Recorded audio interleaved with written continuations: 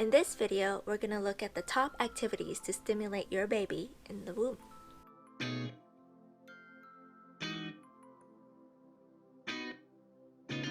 Let's look at taste and smell stimulus activities. Taste and smell are often tied together, so we're grouping it together. Research has found that whatever pregnant women eat during pregnancy becomes a preference for their baby after birth. The food pregnant women consume are transmitted to the amniotic fluid, which surrounds the baby inside the womb. Therefore, the baby is surrounded by the taste and smell of what pregnant women eat. How does that affect the baby? Well, if you would like to start to train your baby to eat healthy food, then you should start from the womb. Whatever you eat while pregnant will act as comfort food for the baby when it can eventually consume solids.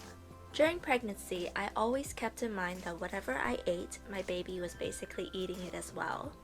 I wasn't overly restrictive with my food, but just kept my regular healthy balanced diet. But I did avoid certain foods like raw meat, soft cheese, and certain seafood, which isn't recommended for pregnant women anyways.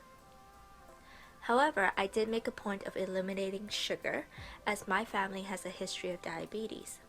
The little sugar that I did eat came from fruits like mandarin oranges and strawberries, which always prompted a mini dance party inside my belly. You're not always confined to the taste. You can stimulate your baby with temperature of your food and drink. An ice cold drink will get your baby hopping, while a hot drink won't as much, but it'll do wonders for your digestion. So all in all, I found that the knowledge of whatever I ate, my baby will have a preference for to be a great incentive to keep my diet as clean as possible. Let's look at touch stimulus activities. Over the course of a pregnancy, the baby's movement increases during the third trimester. Oftentimes, the baby practices moving or moves involuntarily as the baby develops its reflexes. However, when pressure is applied to an area, the baby tends to react more. For example, when lying down, the pregnant woman will feel more pressure to one side, the side that is lying down, as it is being squished. It's because the baby has a solid surface to push back, where normally they only have a soft belly. You can actually use these movements as a means to connect with and to stimulate your baby.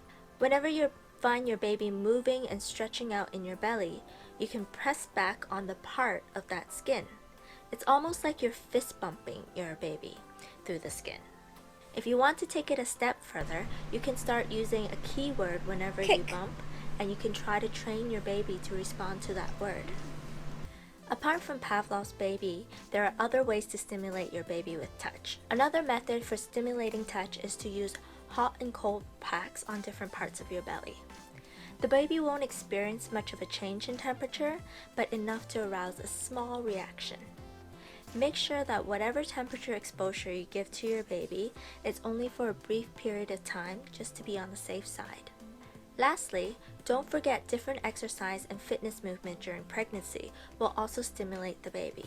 Exercise done at a light, rhythmical pace will help soothe the baby. Prenatal yoga will help keep your muscles tight. And swimming will keep your heart healthy. The more you can get your blood flowing, the better it'll be for your pregnancy. But make sure to consult with your doctor for what is safe for you while you're expecting. Let's look at sight stimulus activities. Inside the womb, it is very dark, so the best way to visually stimulate the baby is by using light. The latest research indicates that exposure to some light while in the womb helps stimulate a baby's retina. We recommend some belly out time during the day so that the baby can get some minimum exposure to light. The human skin allows light to pass through, so if the belly is exposed versus covered by clothes, the baby can still see the difference. We use a low-grade flashlight, like this, to shine on different areas of the stomach every day for a short period of time, and we found that the baby even reacts to the stimulus. We don't do this a lot, but it adds a different element to the baby's day and is relatively safe. Let's look at sound stimulus activities. It is believed that babies can hear, distinguish, and identify different sound patterns while still in the womb.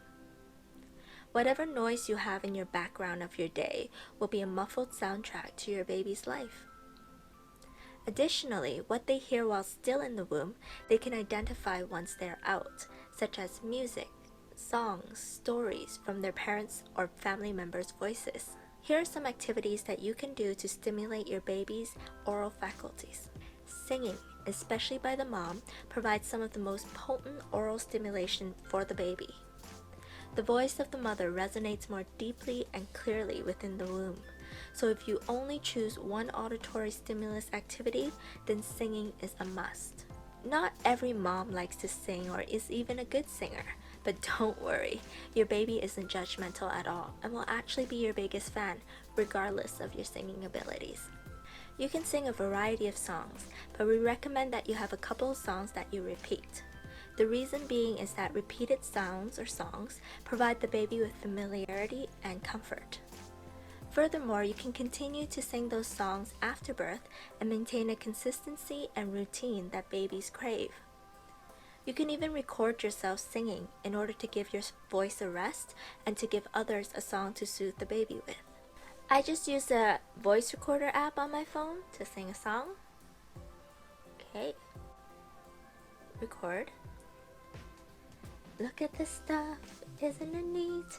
Wouldn't you think my collection's complete? Remember, choose your songs wisely, as you'll be hearing them quite a lot. Personally, I've been singing my favorite Disney songs. If you're totally against singing, then you can always play some music instead. You can try a selection of different music and see how the baby reacts, but songs with strong rhythmical melodies work the best. You can play music from any device and the baby will hear it just fine. If you want, you can put headphones on your belly and it will amplify the sound in the womb. And choosing songs with heavy on the bass will carry it better in the amniotic fluid. However, if you choose to put headphones on your pregnant belly, then make sure to keep the volume below 70 decibels. If you're totally averse to music, then you can always read to your baby. Choose a simple children's book that you can repeatedly read. You can use the same book to read to the child after birth, which they should recognize and take comfort from hearing. You can even record yourself reading the book, which can be played instead to give your voice a break. Reading and singing is a great time to get your partner involved. Big A, little a, what begins with A? Keep all of these recordings, as they'll make great keepsakes for your kids as they grow older. And you never know, your voice could bring much comfort to future generations of your family. So if you like this video today, don't forget to subscribe and like us. We'll be having more videos like this in the future. Have a great day. Thank you. Don't forget to check out the link below for more information.